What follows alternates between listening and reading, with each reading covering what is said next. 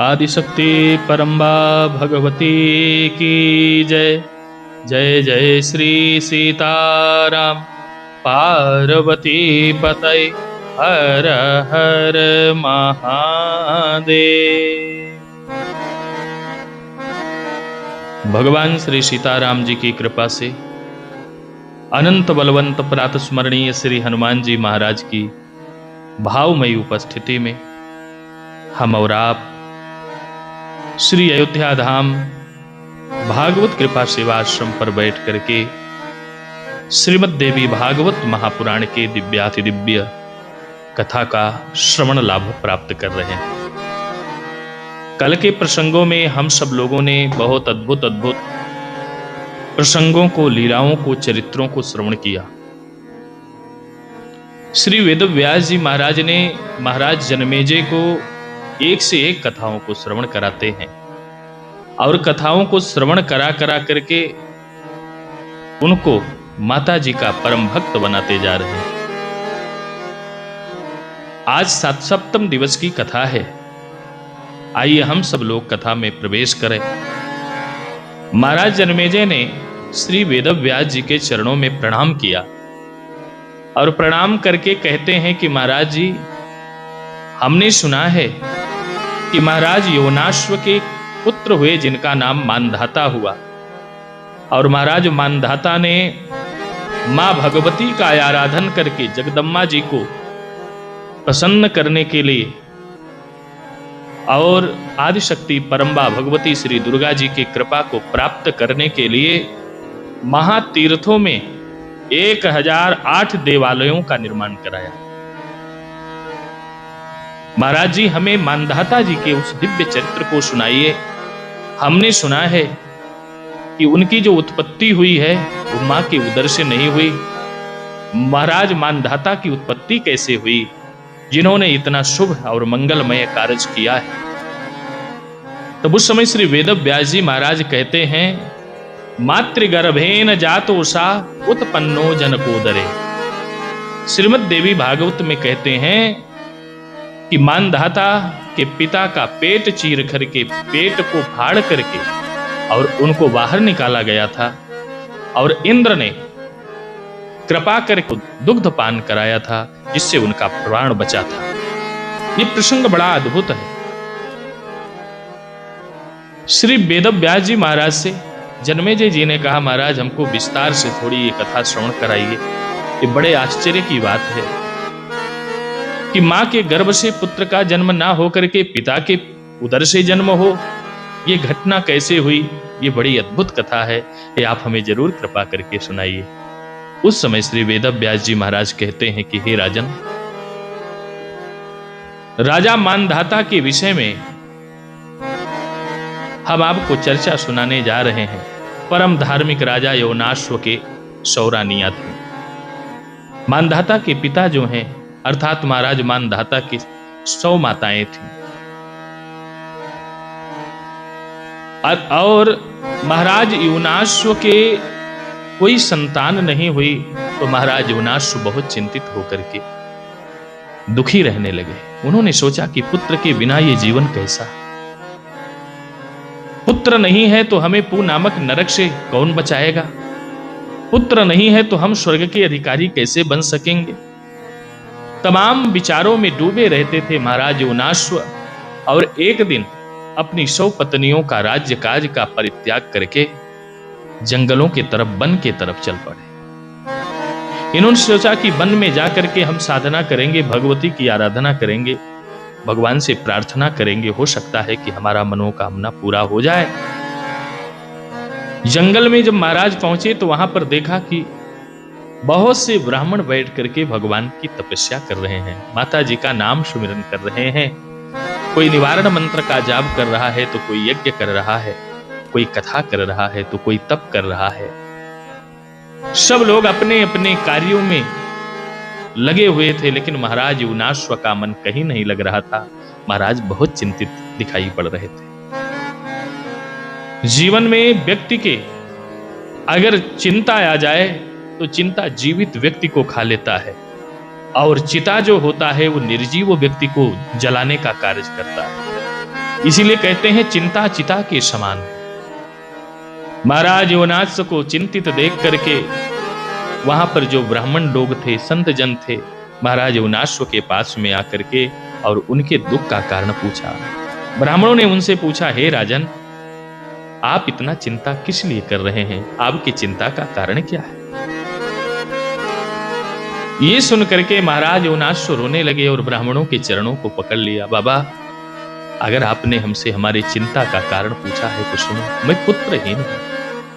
हमारे पास तो 100 रानियां हैं, लेकिन एक भी रानियों के कोई संतान नहीं है, और संतान सुख यदि जीवन में ना मिले तो उस पिता का भाग्य बड़ा खोटा होता है। आप ही कुछ कृपा करो हे महात्मा, हम भी संतान सुख प्राप्त करना चाहते हैं। हमारे पास धन, धान्य, धानादि इत्यादि किसी भी वस्तु का कोई भी अभाव नहीं है, क्योंकि मैं तो राजा हूं, लेकिन उसका उपभोग करने वाला हमारे बाद में उसका कौन अधिकारी होगा, इस विषय को सोच सोच करके मुझे बड़ी चिंता होती है। संतों ने जब ये सुना तो व्यास जी राजा जनमेजय से कहते हैं कि हे राजन, महाराज योनाश्व के इन वचनों को सुन करके संत जन द्रवीभूत हो गए, और द्रवीभूत होकर के महाराज योनाश्व से कहते हैं, आप चिंता न करो, हम कुछ न कुछ उपाय जरूर करेंगे जिससे आपकी मनोकामना की पूर्ति हो। और उन्होंने पुत्र के प्राप्ति के लिए एक यज्ञ का आयोजन किया। उसमें इंद्र को विशेष देवता बनाया, और विशेष देवता बना करके कलश की घट की स्थापना करी। घट की स्थापना करने के बाद महाराज योनाश्व को रात्रि में प्यास लग गया। इधर यज्ञ चल रहा था और रात्रि में इनको प्यास लगी। जिस घट में पुत्र उत्पन्न करने के लिए देवी देवताओं का जल का स्थान दिया गया था, जल को रखा गया था, जब महाराज को प्यास लगी तो महाराज योनास यज्ञशाला में चले गए और यज्ञशाला में जाकर के उस जल को पी लिया। सुबह जब संत जन, ब्राह्मण जन यज्ञशाला में प्रवेश किए तो देखते हैं कि रानी को पिलाने के लिए, महाराज की जो पत्नी है, रानी को पिलाने के लिए जो पुत्र उत्पन्न करने के लिए अभिमंत्रित जल था वो तो यज्ञशाला में है ही नहीं। तब पूछने पर पता चला, महाराज ने कहा, मुझसे बहुत बड़ी भूल हो गई, रात्रि में हमें प्यास लगा था तो हम स्वयं गुरुवर यज्ञशाला में जाकर के उस अभिमंत्रित जल को जान नहीं पाए और हमने उसको पी लिया। इस बात को स्वयं सुन करके ऋषियों ने कहा कि हे राजन योनाश्व, अब आपने उस अभिमंत्रित जल का पान किया है, इसलिए अब आपको ही गर्भ धारण करना पड़ेगा। जो गर्भ धारण आपकी पत्नी करती, रानी करती, अब वो गर्भ आपको ही धारण करना पड़ेगा।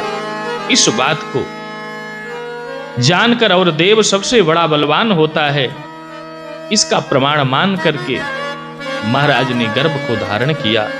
स्वयं राजा योनाश्व ने उस जल को पी लिया था, इसलिए समय आने पर महाराज योनाश्व राज के दाहिने भाग को फाड़ा गया, और दाहिने भाग को फाड़ने के बाद में मानधाता का जन्म हुआ। मंत्रियों ने जाना कि महाराज के दाहिने अंग को फाड़ने से पुत्र उत्पन्न हुआ है, तो उन्होंने पूछना प्रारंभ किया, अब इनको स्तनपान कौन कराएगा, भाई दूध भी तो पिलाना चाहिए।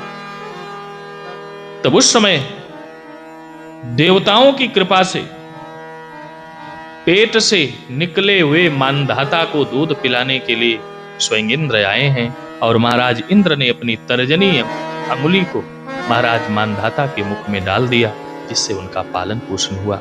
ऐसे दिव्याति दिव्य राजा महाराजाओं की जो कथाएं हैं बड़ी अलौकिक हैं, और ऐसे मानधाता च महीपति, ऐसा शास्त्रों में वर्णन आता है। और मानधाता जैसे राजा ने पुनः तमाम तीर्थों में अनेक देवालयों की प्रतिष्ठा किया, जहां पर लोग भगवान की भक्ति, मां आदिशक्ति परम्बा भगवती श्री दुर्गा जी की भक्ति कर करके अपने जीवन को धन्य और लाभान्वित होते हैं और लाभ प्राप्त करते हैं। देवी चरित्र की जो ये महिमा है, देवी चरित्र की जो ये कथाएं हैं, बड़ी अद्भुत हैं, बड़ी अलौकिक हैं, बहुत दिव्य है। इसलिए नवरात्रि के समय में अपने मन को स्थिर करके जो भी भक्त श्रद्धा पूर्वक निष्ठा पूर्वक आदिशक्ति परम्बा भगवती श्री जगदम्बा दुर्गा जी का चरण शरण ग्रहण करता है, इस लोक का तो आनंद उसको मिलता ही है और अंत में मां का चरण शरण भी उसको प्राप्त होता है। मेरे प्रियजनों, हम नित्य खूब भूखे रहें, व्रत रहें, लेकिन खूब देवी जी का पूजन करें, खूब जल चढ़ाएं, खूब तीर्थों में परिभ्रमण करें, बड़े बड़े पहाड़ों पर जा करके हम देवी आराधन करें, लेकिन घर में बैठी हुई जो हमारी बूढ़ी माँ है, अगर वो भी प्यास से व्याकुल है, उसको हम सम्मान नहीं दे पा रहे हैं, उसकी सेवा शुश्रूषा नहीं कर पा रहे हैं, तो हमारा सारा व्रत अनुष्ठान किसी काम का नहीं है। इसलिए मातृदेवो भव पितृदेवो भव, हमारे द्वार पर जो हमारी माँ है, जो हमारी बेटी है, परिवार है, उसकी भी रक्षा सुरक्षा की जिम्मेदारी हमारी होती है। जो लोग अपने माता पिता गुरुजनों को प्रसन्न करने के लिए हर कार्य करते हैं, उसके ऊपर आदिशक्ति परम्बा भगवती की खूब कृपा बनी रहती है। भागवत कृपा सेवा आश्रम श्री राम घाट अयोध्या जी में बैठ करके हमारे देश विदेश के जो भी भक्तजन हैं, प्रियजन हैं, जो हमसे जुड़े हैं, नित्य कथाओं को श्रवण कर रहे हैं, उनको लाभ मिल रहा है और माता जी की कृपा उन पर खूब बरसती रहे, वो स्वस्थ रहें, मस्त रहें और व्यस्त रहें और नित्य निरंतर आदिशक्ति परम्बा भगवती की कथाओं को श्रवण करते रहें, अपने जीवन को लाभान्वित करते रहें। बड़ा सुंदर सुंदर प्रसंगों की व्याख्या श्रीमद् देवी भागवत महापुराण के सब 7वें दिन की कथा में मिलती है। आगे की कथा प्रसंगों को आइए हम लोग श्रवण करें, उसके पहले कुछ क्षण माता जी का स्मरण कर लें और सब लोग हमारे साथ में बैठ करके कीर्तन करें, मंगल पाठ करें। जय जय श्री राधे।